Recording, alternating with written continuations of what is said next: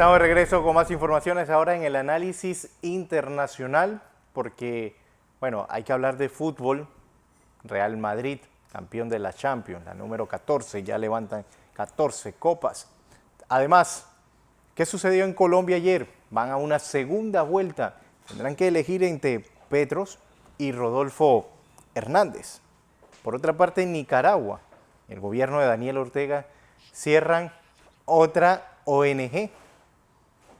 Una ONG importante, ya son más de 200 la que ha suspendido operaciones en Nicaragua. Y en Cuba, la situación está bastante crítica. Conversé recientemente con una persona que viajó y dijo que es triste ver lo que están viviendo los cubanos en estos momentos. Y en el fútbol nacional, Alianza Fútbol Club, también campeones de la LPF. Ingeniero, buenos días.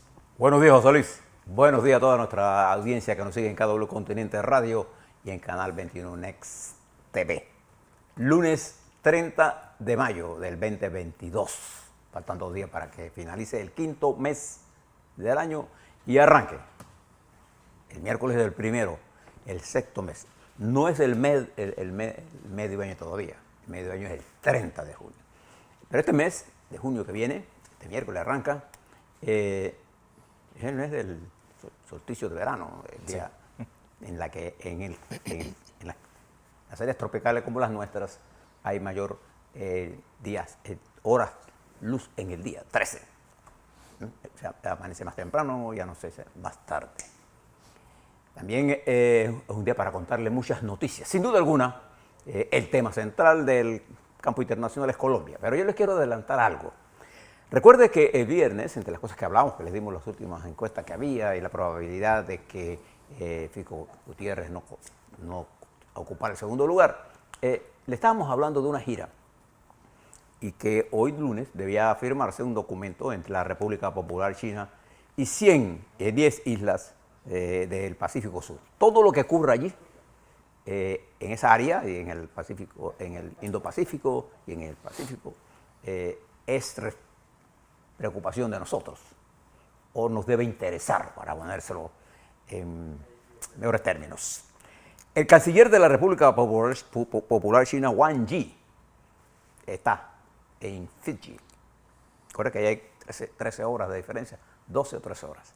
Él visitó las islas de Tonga, Vanuatu, Papúa Nueva Guinea, Timor Oriental, entre otras, que son islas en donde son 10 islas que él pensaba firmar. También Cook, la isla Nue, los Estados Federados de la Micronesia, Fiji. Y en Fiji, él llevaba un documento que pensaba firmar con estos 10 estados, estos 10 estados isleños, en la que él pensaba firmar un acuerdo de desarrollo y seguridad que levantó suspicacias en Australia, en Europa y en los Estados Unidos. Bueno, la comunicación oficial es que no va de acuerdo, porque varias islas de estas se opusieron al acuerdo. Entonces, no lleva China un acuerdo firmado, de manera que esa gestión diplomática no surtió los efectos que China pensaba, que iba a tener un acuerdo de seguridad con estas islas que son la entrada al Pacífico, Indo-Pacífico. Y el temor de Australia es que la República Popular China intentara construir bases militares para controlar la entrada al Indo-Pacífico. Bien, esto por ahora no pasó. Lo que podría ser una derrota diplomática, si usted lo pone en términos concretos. Pero quizás lo más importante que queremos compartir con ustedes hoy son las elecciones en Colombia. Y debo decirle que cuando usted analice las elecciones en Colombia, lo que nos interesa a nosotros los panameños, porque la decisión quién va a ser presidente de Colombia, la toman de los los colombianos. Nosotros lo que debemos mirar es la dinámica política que se genera, las opciones que se crean y las consecuencias de lo que pudiera pasar, gane el que gane. Recuerde que en política exterior hay una simple y pragmática filosofía. Usted es amigo de la silla, no del que se sienta en él o en ella. ¿Saben? Si en los Estados Unidos cogen al presidente Trump, Bueno, usted es amigo de la ciudad donde se siente el presidente Trump, de los Estados Unidos, es lo que quiere decir. Siente el que se siente. Si usted es amigo de Colombia, como somos nosotros somos amigos de Colombia. Y si se siente un presidente de derecha, de izquierda, de medio, de arriba, de abajo, lo que sea, nosotros seguiremos siendo amigos de Colombia y bregar con el presidente que está allí. Ahora, eso no nos quita a nosotros que usted pueda estar a favor o en contra, pero eso es un interés suyo personal. Veamos qué pasó en Colombia, primero, para poder entender cómo es esa dinámica política y mirarnos la nuestra. Porque cuando tú veas las bardas de tu vecino a arder, remoja las tuyas. Bien, fíjense lo que pasa en Colombia. Antes del proceso electoral, Colombia entraba a un proceso electoral en la que por primera vez, entre otras cosas, la guerra no era el elemento fundamental. Las victorias contundentes de Uribe se dieron por su línea dura con respecto a la guerrilla. Y la historia colombiana de 200 años y la historia de los últimos 40 años, Colombia ha tenido, desde el punto de vista político, uno de los países más estables, políticamente hablando. ¿Por qué? Porque el régimen conservador se estableció durante 200 años. Y matices más o matices menos, poco menos más liberal, en Colombia siempre hubo una política conservadora. Y en Colombia no vivió de sobresaltos, vivió de una élite que logró consolidar un sistema político que se fue desgastando en el tiempo. Hasta llegar a Uribe, que ganó en 2 elecciones en primera vuelta. La gran popularidad del presidente Uribe fue el discurso grandilocuente que tenía contra las guerrillas, que incluso llegó hasta territorio nuestro, él. Pero terminada eso y firmada la paz en el gobierno de un presidente uribeño también, de Uribe, presidente Santos, otras fueron las cosas que surgieron al tapete. ¿Qué cosas? La gran desigualdad social que vive en Colombia. Cuando usted es pobre en Colombia, usted es casi nada. Usted no tiene voz. Es más, los sin voces no son tomados en consideración. Hay una estratificación que dice en Bogotá. No importa si usted vive en un barrio pobre y tenga recursos para lo que sea, usted sigue siendo un don nadie. Entonces, esa estratificación social ignora las muchas Colombias. Este proceso electoral, único en su historia, no comenzó ayer con los resultados que le voy a contar ahora. Viene desarrollándose a lo largo del gobierno de Duque, en donde la última encuesta de Infomer demuestra que el 85% de los colombianos piensa que el país va por mal camino. En la historia de Colombia nunca había pasado una cosa como esta. Porque Colombia, si usted se fija y estudia, se dará cuenta que el crecimiento económico de Colombia, su estabilidad, eran macroeconómicamente envidiables. Lo que no es envidiable es el estado interno de Colombia. En Colombia, la riqueza se ha concentrado en esta élite y élites regionales. Y en Colombia hace falta de todo para la sociedad, las otras Colombias, las Colombia costeñas, las Colombias dentro incluso del eje cafetero, la bogotana, en fin. Un poco lo que pasaba y pasa en Perú. Entonces, en frente a esa Colombia, en los últimos años se desata una serie de protestas encabezados por jóvenes y por los que no tienen nada. Y lograron desplazar del poder político a la oligarquía tradicional o al poder tradicional, como usted lo quiera llamar. Y fíjese que en Colombia, en las elecciones de marzo, el Congreso y el Senado de esa nación, la primera fuerza política por primera vez es la izquierda, llamada izquierda por su nombre, o sea, nada de izquierda moderada, no, es la izquierda. Con Petro alcanzó, no la mayoría, sino alcanzó el mayor número de senadores sin tener mayoría. Nadie tiene mayoría. Y una buena representación de los partidos tradicionales, pero fraccionados. Y hay una cantidad de gente que son miembros de ese Senado y de ese Congreso, pero que representan diferentes tendencias. Es una elección que demostró la fragmentación de Colombia. el variopinto político colombiano, como dicen nuestros amigos colombianos. Pero ayer se daba la primera vuelta del proceso presidencial. Ayer 29. Y como nadie obtuvo el 50% más un voto, entonces habrá una segunda vuelta el 19 de junio, un domingo del próximo mes. Dentro de 21 días, Colombia celebrará la segunda vuelta electoral. Pero en esta vuelta electoral, observe que los candidatos del uribismo tuvieron que bajarse. No llegaron a primera base. Y Uribe se fue con Fico Gutiérrez. O sea, el uribismo estaba representado en Fico Gutiérrez, pero el liderazgo no se traspasa de esa forma. Y la presencia de Uribe que tuvo en el proceso electoral, la poca o mucha que tuvo, era negativa a lo que Fico Gutiérrez estaba dando. Y Fico Gutiérrez, que iba de segundo en el proceso electoral hace apenas unos 12 días, apenas, ese es el primer fenómeno que quiero que usted note, apenas a 12 días del proceso electoral del domingo, Fico iba de segundo holgadamente. En las encuestas, sí. En todas. Sí. Pero a partir de los últimos 10 días, comienza a haber una nueva dinámica. Y Hernández, Rodolfo Hernández, es alcalde de Bucaramanga, de 77 años, multimillonario, con una fuerte campaña en TikTok, con un bunch de jóvenes apoyándolo. Sobrepasa, y yo les dije a ustedes el viernes, que las encuestas que teníamos últimas demostraban que Hernández podría ser el segundo si Gustavo Petro no alcanzaba el 50%. Siempre es difícil alcanzar el 50%, lo hizo Uribe en 2 ocasiones por la hegemónica posición que tuvo el presidente con respecto a un problema específico. Ahora, en un universo con múltiples problemas, complicado.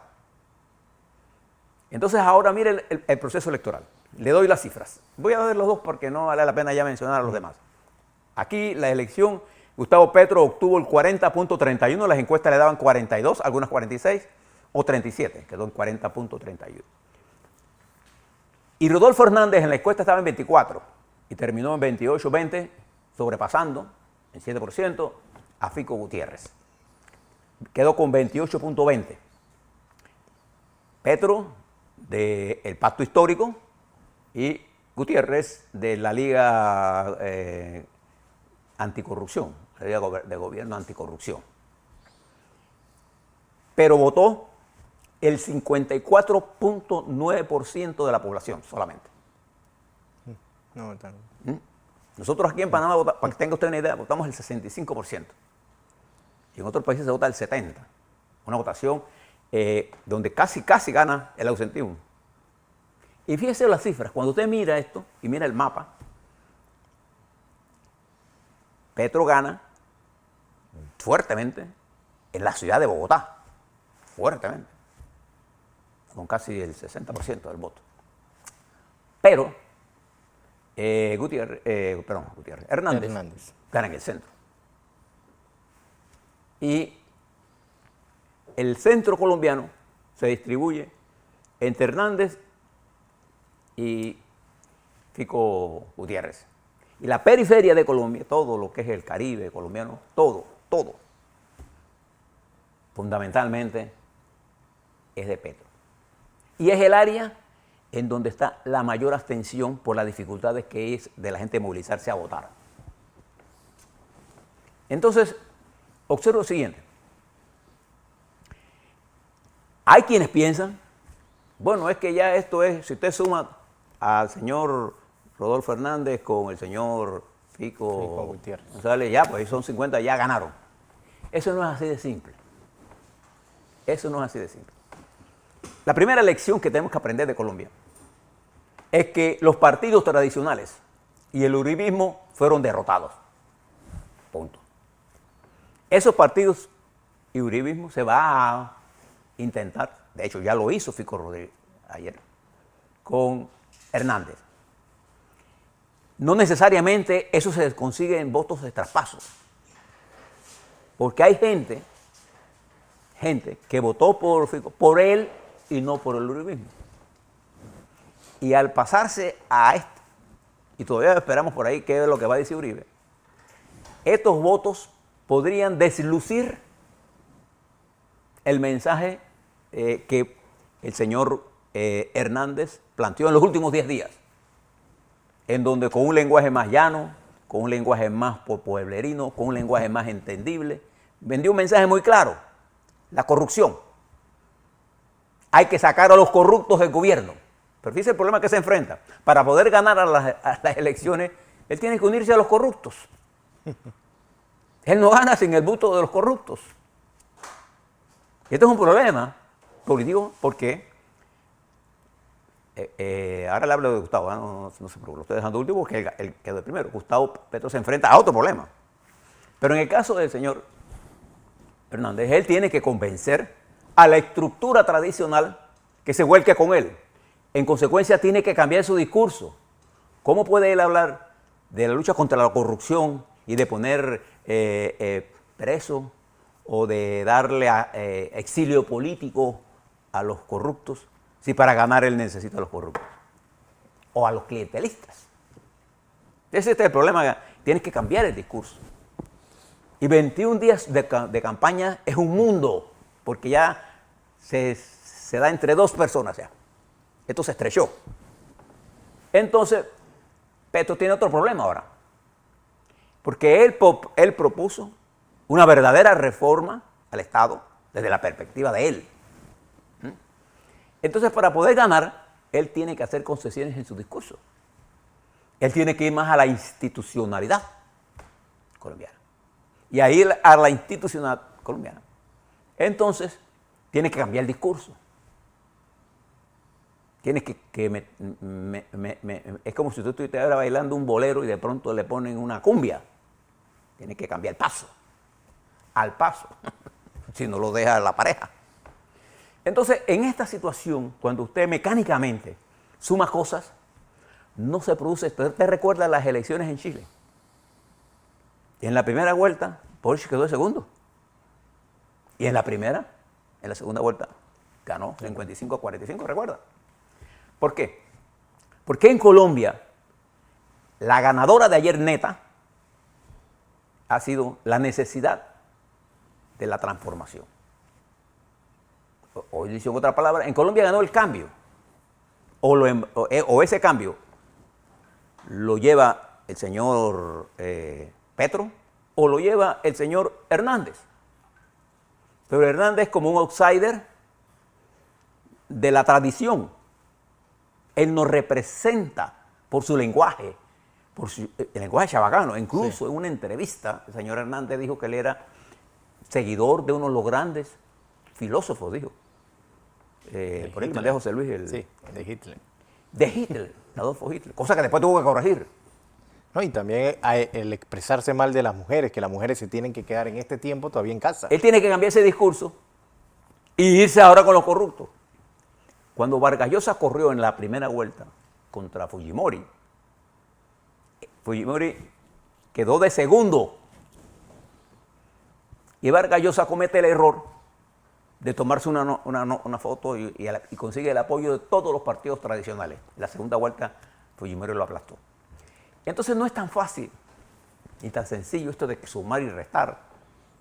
Porque en Colombia hay una sociedad altamente sensible. El 85% de los colombianos quiere un cambio y ya Colombia votó por un cambio. Lo ve usted en el Parlamento y lo ve en esta elección, en donde la derecha ha sido derrotada en la presidencial por primera vez en 200 años. Entonces hay dos hombres ahora que tienen que definir la nueva correlación de fuerzas que nace, el nuevo discurso en estos 21 días y la nueva situación. ¿Cuál es la diferencia para nosotros de todo esto? En los gobiernos uribistas, Uribe y post-Uribe, la República de Panamá tuvo un trato de Colombia duro en todo. Colombia jugó contra Panamá. Y yo pensaba siempre que como nosotros somos la cabeza del gallo, que era Colombia, ¿ustedes recuerdan? Usted ve el mapa de Colombia, ¿no? Usted ve Panamá. Los intelectuales colombianos dicen que nosotros éramos la cabeza de ese gallo que era Colombia. Lo que dice nosotros, Colombia perdió la cabeza. Es una metáfora, porque Colombia tiene cantidad e infinidad de intelectuales, científicos, que yo admiro. Pero nosotros éramos las cabezas de él. Por eso es que, ¿qué nos interesa mirar a nosotros en Colombia? Nos interesa mirar esta dinámica que generó la juventud por varias cosas similares. La pandemia golpeó duramente a la pobreza en Colombia, igual que aquí. ¿Sí?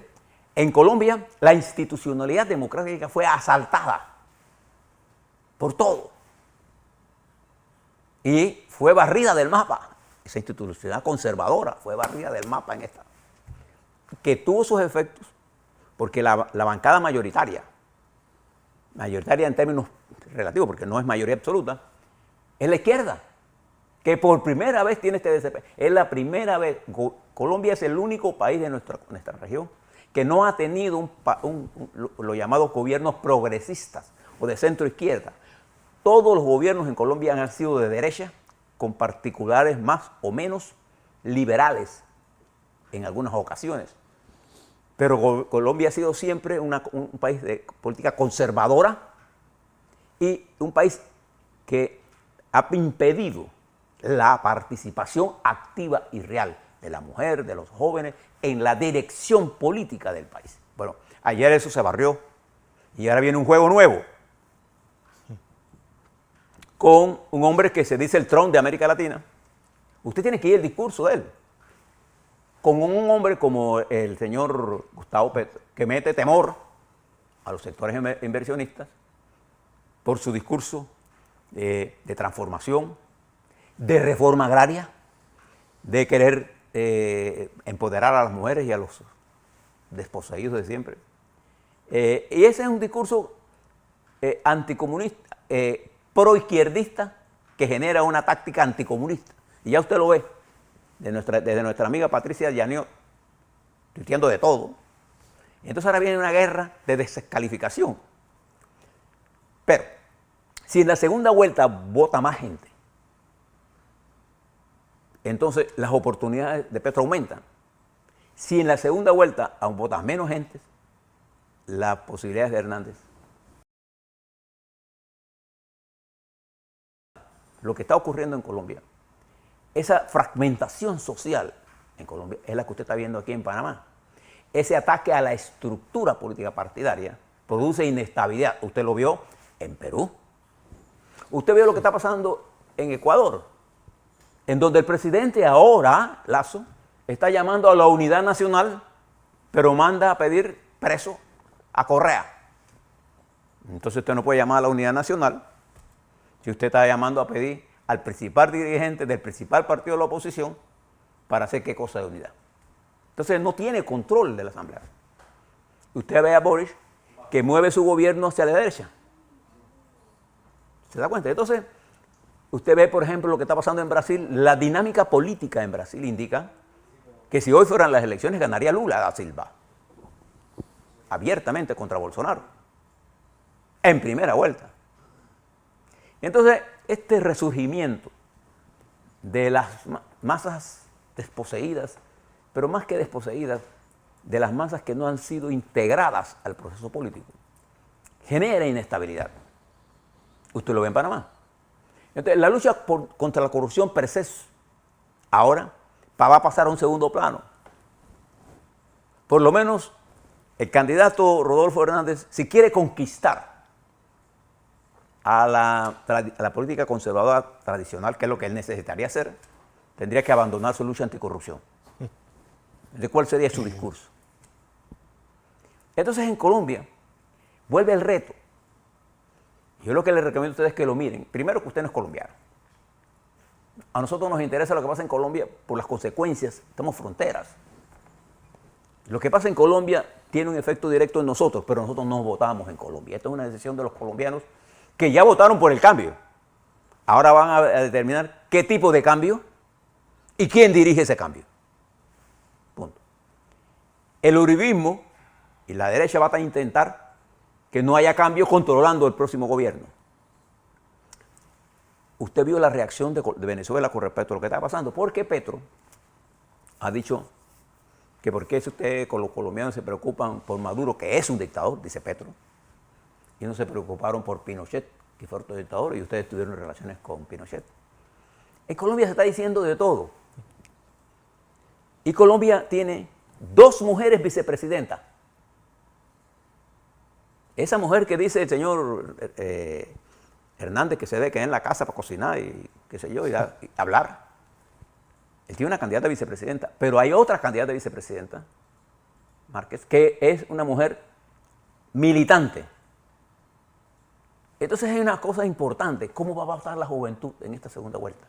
Y que hay un desempleo, ingeniero, ahora que usted toca el tema de la juventud, que está pidiendo también empleo, y en Colombia ya tiene el desempleo urbano un 17.2%, muy alto. Bien, esto, para que usted lo piense, tendremos más información a lo largo de este momento, por allá por Colombia, hay amigos nuestros que nos están mandando los informes diariamente de lo que está ocurriendo. Nosotros lo que le ponemos en manos, el 19 de junio, a escasos 20 días, será la segunda vuelta electoral. Y vamos a ver qué pasa. Nosotros estaremos informando de lo que pase. Algunas otras cosas que están pasando en el mundo rápidamente. El presidente Biden visitó Texas, en donde se incrementa el debate en los Estados Unidos sobre las armas. El gobernador de Texas fue abucheado allá en el pueblo tejano donde se dio esta terrible masacre. En Ucrania la guerra continúa ferozmente. Rusia tiene avances en la región de Donbass. Ucrania espera los nuevos armamentos. El presidente ucraniano se fue al frente de batalla. Mientras el señor Putin visita los hospitales allá en Rusia, en Moscú, el señor presidente de Ucrania fue al frente de batalla en la región de Donbass. Ahí estaba con su estado mayor dando instrucciones. Macron y Scholz hablaron con el presidente Biden, con el presidente Putin, pidiéndole que levantara, y Putin dice que estaría dispuesto a mirar la liberación del Mar Negro para que salga alimento de Ucrania hacia el mundo. Todavía en medio de eso, Ucrania es un gran productor de alimentos. Todas esas cosas se las vamos a contar mañana, pero sin duda la noticia internacional era esta. A la vuelta, COVID. Mayo, por lo que va de mayo, tenemos casi el triple de los muertos que hubo en abril. En abril tuvo 14 muertos por COVID. En mayo, desde ayer, tenemos 59 fallecidos y todavía no termina en mayo. De manera que tenemos ese problema. Vamos a hablarles en qué ha quedado el juicio de los diputados del PD. Bueno, ya terminó el proceso. Ahora le cuento lo que sigue. La protesta social. Ayer se firmó el domingo un acuerdo. No hay huelga en Colón, que afectó a tanta gente, pero hay insatisfacción por variables que algunos quieren aprovechar demagógicamente en Panamá con el combustible, por ejemplo. Y entonces no le hablan a la gente de lo que debe hacer. Nosotros no podemos enfrentar esto si nosotros no entendemos la crisis. Ahora le hablo a la vuelta sobre la inflación y algunas medidas que usted debe tomar para enfrentarla con realismo. A la vuelta a eso y más.